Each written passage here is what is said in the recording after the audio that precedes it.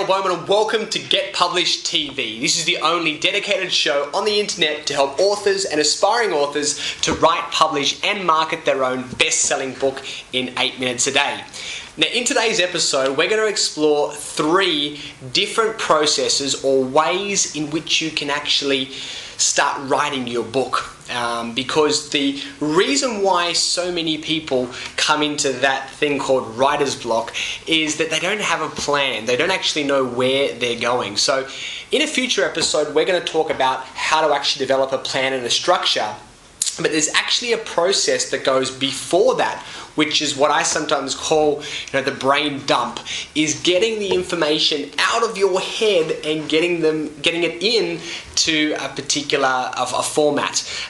So what we're going to look at is 3 different ways in order to do that. The first way in order to get your ideas out of your head is, of course, the classic notebook. And what you need to do is go out there and buy a notebook and actually just start writing down ideas, just writing down thoughts. It doesn't have to be structured, doesn't have to be pretty, but just start dumping them down and putting them on paper.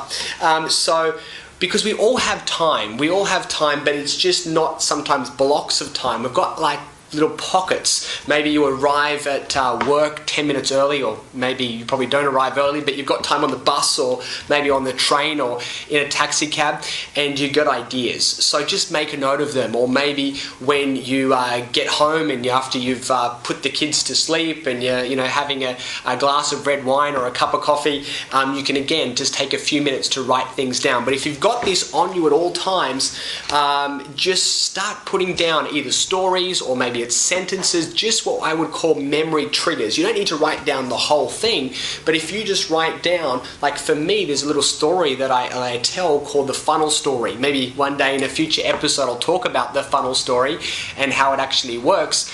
But for me, if I just say to myself the funnel story, that's a whole 5-minute conversation that I could have, and it probably would turn into maybe 5 or 10 pages in my book by just triggering those particular words. So that's what you do. So you write down the funnel story, or you write down anything else. It may be a childhood memory, it might be a little example, it might be whatever, and you just write down all your thoughts and idea. Forget about the order, forget about the structure, don't make it look neat or pretty, just get the ideas out of your head and on paper. Now at the beginning it's probably going to start quite slow, but what will happen is once it starts picking up, they'll come very fast and very quick, and then you'll just be writing, and then what will happen is eventually after you're empty or on the way to being empty, you'll start to actually slow down again, and that may be a signal that you've got out the majority of information, or it could be a short-term lull, and then you'll find the ideas pick up again and again. You'll come up with another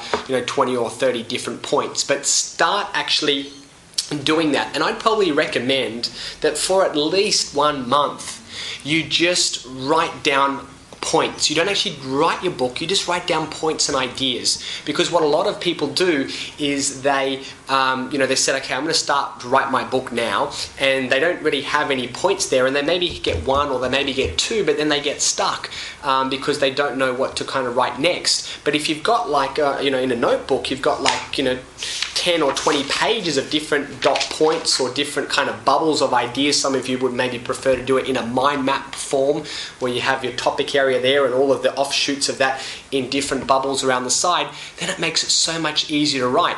And then when you feel yourself maybe slowing down on a particular point, or maybe the ideas aren't flowing, maybe it's not quite coming together, then just leave it there and pick another bubble or pick another point and start writing again on that, because you never ever have writer's block in every single area all at the same time.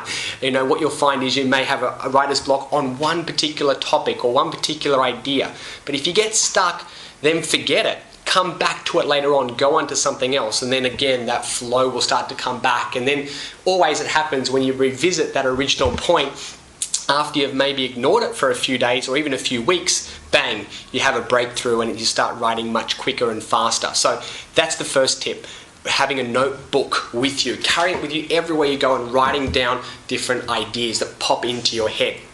The second strategy is what I call the post-it note, post-it stamp or post-it note strategy. And all you do, I'm pretty sure, someone said to me, do you have post-it notes in Australia? The answer is yes. I think these have become a worldwide phenomena, these post-it stamps. They're everywhere.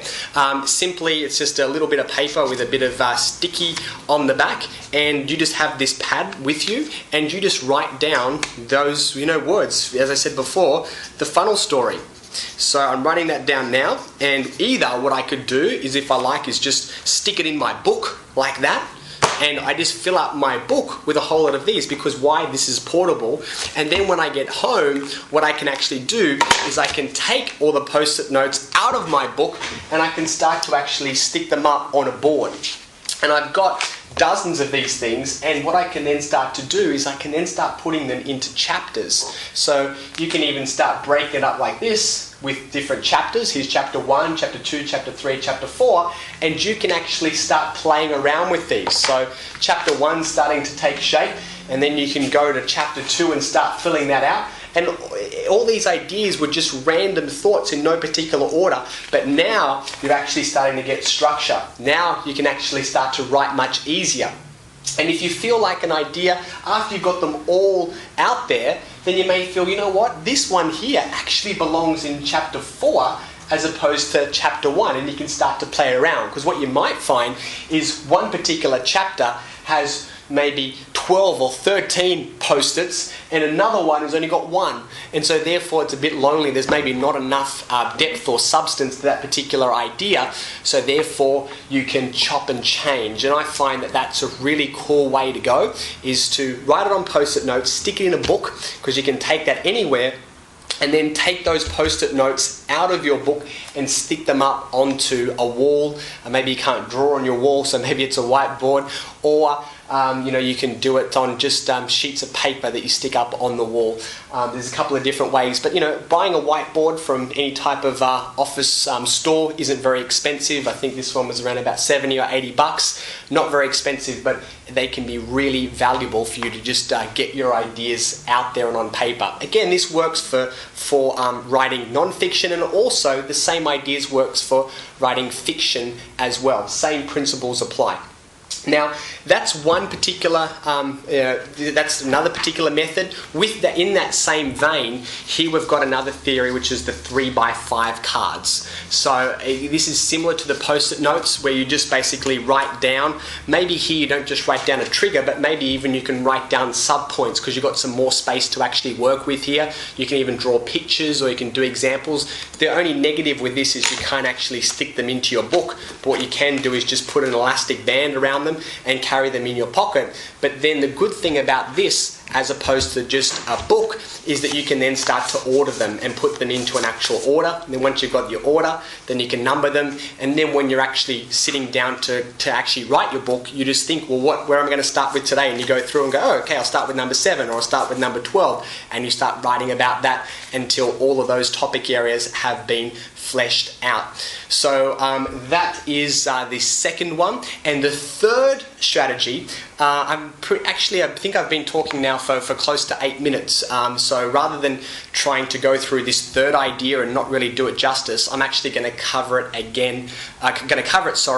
On tomorrow's episode. All right. So we've covered number 1, which is the notebook method, if we call it that. Number 2 is the post-it stamp method, and you've got to come back for tomorrow, which is number 3 of some ideas and strategies to get the ideas out of your head, and then give yourself a bit of a plan to work with to make your writing so much better.